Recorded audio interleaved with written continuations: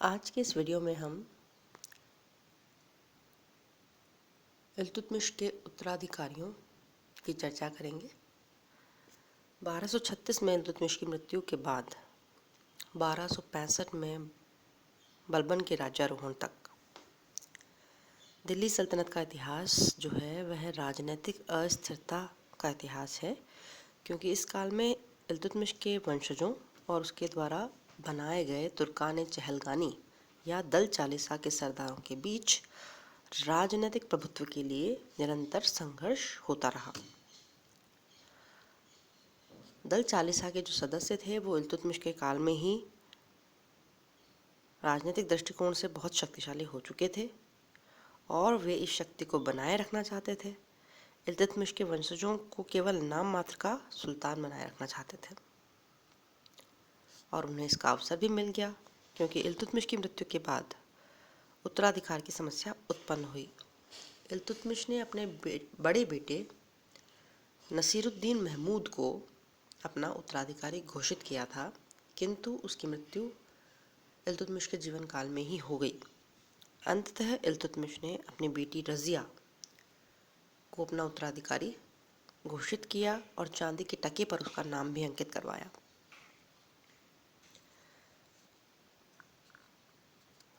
किंतु रज़िया को अपना उत्तराधिकारी मनोनीत करना एक असाधारण कार्य था, असाधारण निर्णय था, क्योंकि इससे पूर्व तुर्कों में किसी भी महिला को शासक के रूप में कार्य करने का कोई उदाहरण हमें नहीं मिलता। किंतु जो उलेमा, दो वर्ग थे इस समय जो जिसके पास शक्ति हुआ करती थी। एक तो था सामंत वर्ग, जिसमें कि दल चालीसा के सदस्य प्रमुख थे, और दूसरा वर्ग था उलेमा वर्ग। उलेमा वर्ग में कौन आता है?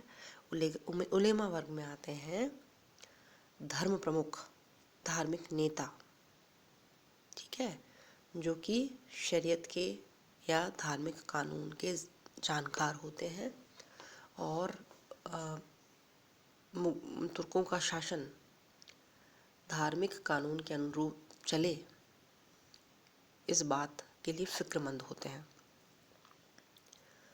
तो सामंत और उलेमा दोनों ही रज़िया के खिलाफ थे। इसके अलावा राज परिवार में भी रज़िया के खिलाफ षड्यंत्र हो रहे थे। उसकी सौतेली माँ शाह तुर्कान उसकी विरोधी थी और उसके स्थान पर अपने बेटे रुकनुद्दीन फिरोज को शासक बनाने के लिए प्रयास कर रही थी। प्रधानमंत्री जुनैदी, निजामुल मुल्क जुनैदी भी रज़िया को इल्तुतमिश का उत्तराधिकारी मानने के लिए तैयार नहीं था और उसने शाह तुर्कान का साथ दिया। अतः रज़िया के स्थान पर उसके भाई फिरोज शाह को सुल्तान घोषित कर दिया गया। अप्रैल 1236 से दिसंबर 1236 तक रुकनुद्दीन फिरोज शाह दिल्ली का शासक रहा। रुकनुद्दीन फिरोज उदार और दयालु था, किंतु विलास प्रिय था और शासन के प्रति उसकी उदासीनता थी। इसी की वजह से उसकी माँ शाह तुर्कान ने अपने सत्ता पर नियंत्रण स्थापित कर लिया था और शाह तुर्कान ने रज़िया के साथ इल्तुतमिश के अन्य परिवार के अन्य सदस्यों का भी दमन प्रारंभ कर दिया। अतः राज्य में असंतोष फैल गया, कई स्थानों पर विद्रोह होने लगे। परिस्थिति का लाभ रज़िया ने उठाया। जब फिरोज सैनिक कार्यवाही के लिए दिल्ली के बाहर गया हुआ था, तो एक शुक्रवार या जुम्मे को रज़िया लाल वस्त्रों में दिल्ली की जनता के समक्ष प्रस्तुत हुई और उसने न्याय की गुहार लगाई और दिल्ली की जनता ने उसे पूर्ण समर्थन दिया और वह दिल्ली की गद्दी पर बैठ गई। 1236 से 1240 के 4 वर्ष तक रज़िया दिल्ली की गद्दी पर शासन कर रही थी। रज़िया सुल्तान मध्यकालीन भारतीय इतिहास का एक रोमांचक व्यक्तित्व है। वह मुस्लिम शासनकाल के इतिहास में एकमात्र महिला है जिसने राज सत्ता का उपभोग किया और लगभग 3.5 वर्ष तक दिल्ली की गद्दी पर उसका अधिकार रहा। इल्तुतमिश ने अपने शासनकाल में ही वंशानुगत राजतंत्र की नींव डालने का प्रयास किया था और बेटों को अयोग्य पाते हुए अपनी बेटी को अपना उत्तराधिकारी मनोनीत किया। जो कि एक अनोखा प्रयोग था। उत्तराधिकारी के रूप में रजिया का मनोनयन शासक वर्ग को स्वीकार नहीं था। उलेमा या धार्मिक कट्टरपंथी भी एक महिला को गद्दी पर नहीं देखना चाहते थे। वे कहते थे स्त्री का सुल्तान बनना शरीयत के खिलाफ है। और सामंत भी एक महिला के अधीन काम नहीं करना चाहते थे। और उलेमा और सामंतों ने इसी तथ्य के आधार पर उसका विरोध किया।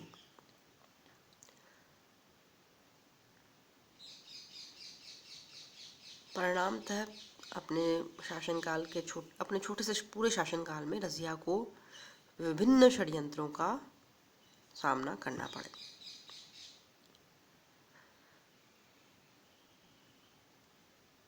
रजिया एक योग्य व्यक्ति थी, योग्य सुल्तान साबित हुई और उसने पूरी कोशिश की कि वो सामंतों की शक्ति में संतुलन स्थापित कर सके। उसने शासक बनते ही अपनी स्थिति को सुदृढ़ करने का प्रयास किया। क्योंकि दिल्ली की जनता ने खुले समर्थन के द्वारा उसे सुल्तान बनाया था, इसलिए अब सामंत और उलेमा खुले रूप से उसका विरोध करने का साहस नहीं कर रहे थे, लेकिन वे निरंतर उसके खिलाफ षड्यंत्र कर रहे थे। रजिया ने सुल्तान बनने के बाद वजीर निज़ामुल मुल्क जुनैदी को पदच्युत कर दिया, क्योंकि वह उत्तराधिकार के संघर्ष में उसका विरोधी था। कई प्रांतीय गवर्नरों को भी उसने हटाया और वहाँ पर अपने विश्वसनीय अधिकारियों को नियुक्त किया। पर इस फेरबदल से असंतोष और बढ़ गया।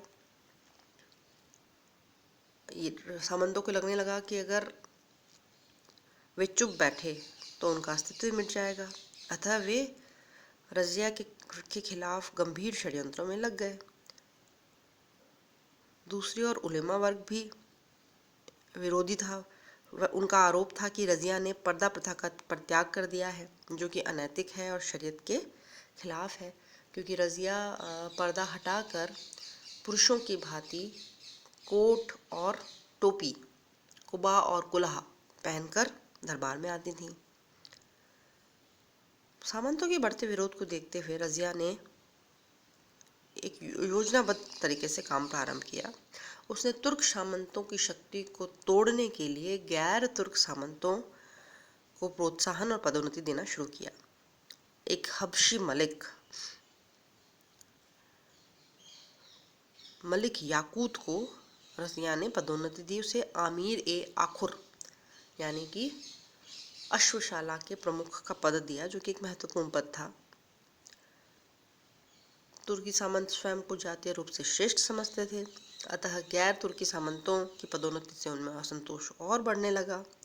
दूसरी तरफ जो गैर तुर्की सामंत थे वे अनुभव की दृष्टि से हीन थे, अतः तुर्की सामंतों के समक्ष कमजोर पड़ते थे और रजिया को आवश्यकता अनुसार समर्थन नहीं दे पाए।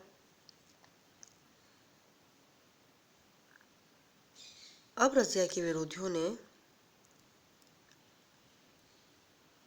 जिनमें कि मलिक एतगीन, मलिक अल्तूनिया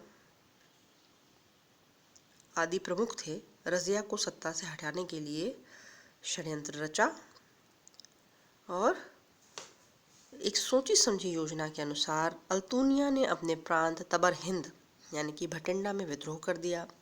रजिया विद्रोह को दबाने के लिए दिल्ली से बाहर निकली और पीछे से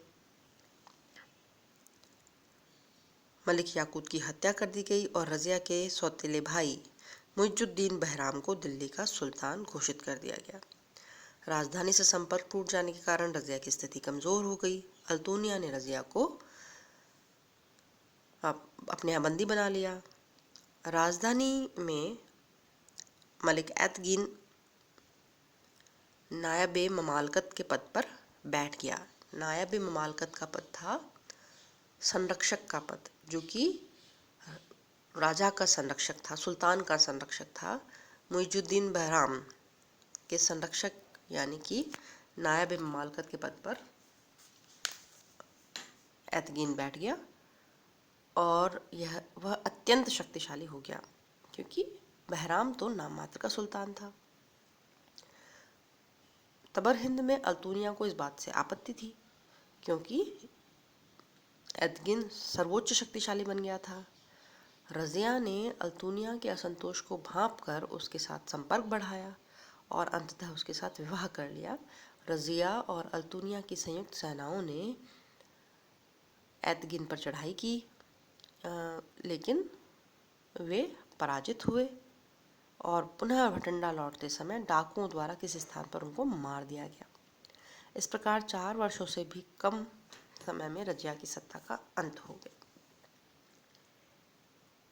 यूनिवर्सिटी एग्जाम में रज़िया के पतन के कारणों पर प्राय प्रश्न पूछा जाता है और कुछ छोटे एमसीक्यूज बनते हैं,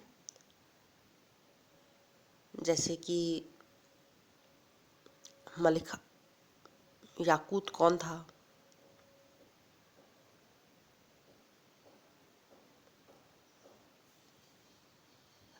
और जो निबंधात्मक प्रश्न पूछे जाते हैं या लघुत्तरात्मक प्रश्न पूछे जाते हैं वे प्राय